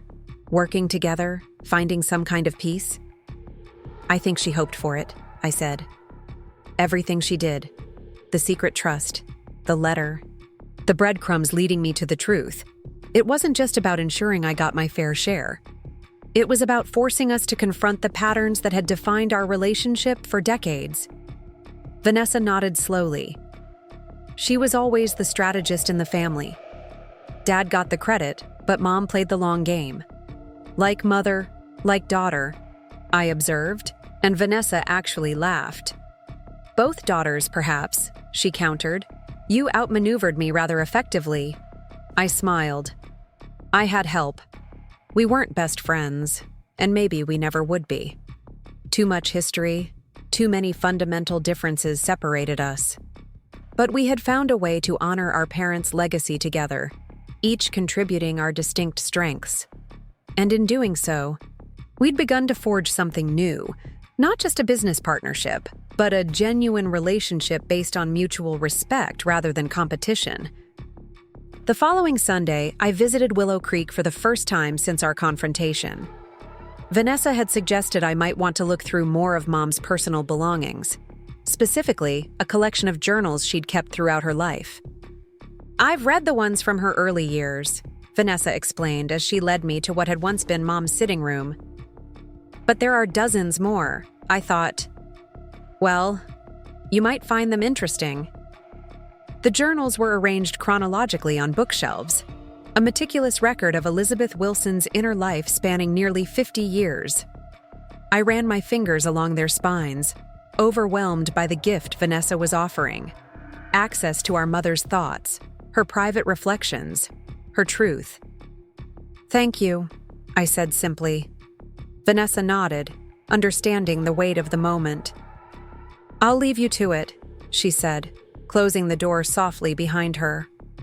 Alone with my mother's words, I selected a volume from around the time of my birth and began to read. Her voice, thoughtful, observant, sometimes wryly funny, leapt from the pages, bringing her back to me in a way photographs never could. One passage in particular caught my eye. "Watch the girls playing in the yard today. Vanessa organizing some elaborate game with rules only she understands. Megan happily following along until inspiration struck and she veered off in her own direction. They're so different, these daughters of mine. Vanessa needs structure, certainty, control. Megan needs freedom, creativity, space to explore. Harold worries they'll always be at odds, but I see something he doesn't. How they balance each other, challenge each other, make each other more complete. Someday, I hope they'll recognize what I see so clearly, that their differences aren't obstacles to overcome, but gifts to be cherished. That together, they're stronger than either could be alone." I closed the journal, tears blurring my vision. Mom had seen it all along: the potential harmony in our discord, the partnership hidden beneath years of competition. And now, finally, we were beginning to see it too. Up next, you've got 2 more standout stories right on your screen. If this one hit the mark, you won't want to pass these up. Just click and check them out.